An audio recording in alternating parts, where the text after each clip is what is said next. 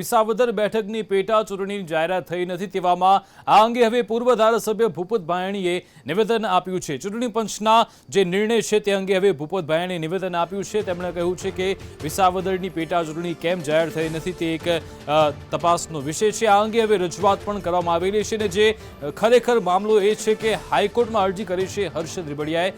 તેમનું એવું કહેવું હતું કે જે ભૂપત ભાયણીએ જે ફોર્મ ભર્યું હતું તેમાં કોઈ કેટલીક ક્ષતિ હતી। આ અંગે હવે જે ભૂપત ભાયણી વિજેતા થયા હતા તેમને અયોગ્ય ઠેરવવામાં આવ્યો। જો કે હવે ભૂપત ભાયણી પોતે રાજીનામું આપી ચૂક્યા છે, તે પણ ભાજપમાં આવી ગયા છે। હર્ષદ રીબડિયા પણ પોતે ભાજપમાં આવી ગયા છે। તેવામાં હવે જો હર્ષદ રીબડિયા કદાચ આ અરજી પરત ખેંચે, પાછી ખેંચે તો કદાચ આ ચૂંટણીની વહેલી જાહેરાત થઈ શકે છે અથવા તો ત્યાં સુધી હાઈકોર્ટના નિર્ણયની રાહ જોવી પડશે।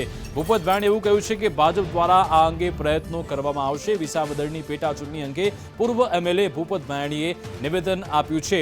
વિસાવદરની ચૂંટણીની વાત કરીએ તો આમ આદમી પાર્ટીના ભૂપત ભાયણી તે વખતે હતા અને તેમણે 7063 મતથી હર્ષદ રીબડિયાને હાર આપી હતી। જોકે ભૂપત ભાયણી પોતે રાજીનામું આપી હવે ભાજપમાં જોડાઈ ગયા છે। જોકે હજુ સુધી ચૂંટણીની જાહેરાત ન થતા તમામ રાજકીય પક્ષો આ અંગે ચૂંટણી જાહેર થાય તે અંગે પ્રયત્નો કરી રહ્યા છે।